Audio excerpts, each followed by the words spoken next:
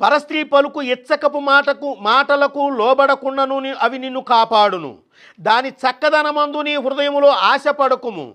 అది తన కనురెప్పలను చికిలించి నిన్ను లోబరుచుకొననీయకుము అన్నాడు. కనురెప్పలు చికిలిస్తుందట. చికిలించి అంటే ఇంకొంచెం పెద్దవి చేస్తుంది. అంటే కళ్ళు చాలా అందంగా అద్భుతంగా తిప్పుతూ ఉంటారండి. వాటికే మనుషుడు పడిపోతూ ఉంటాడు. అందుకనే ఏమంటున్నాడు, నేను కన్యకను ఎలా చూస్తాను, నా కళ్ళతో నేను నిబంధన చేసుకున్నాను అని అన్నాడు ఆయన.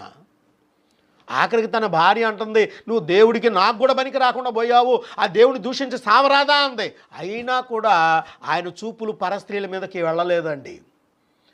కారణం ఏంటంటే దేవుని యొక్క దృష్టిలో అతను నీతిమంతుడై ఉన్నాడు. మనము కూడా నీతిమంతులుగా ఉండాలని దేవుడు కోరుకుంటున్నాడు. అది దాని చక్కదనమందు నువ్వు ఆశపడొద్దు అన్నాడు. అది కళ్ళు చికిలించి చూస్తుందట. ఎలా చూస్తుందో చూడండి. చూపులో ఎన్ని రకాలు ఉన్నాయంటే అన్ని రకాల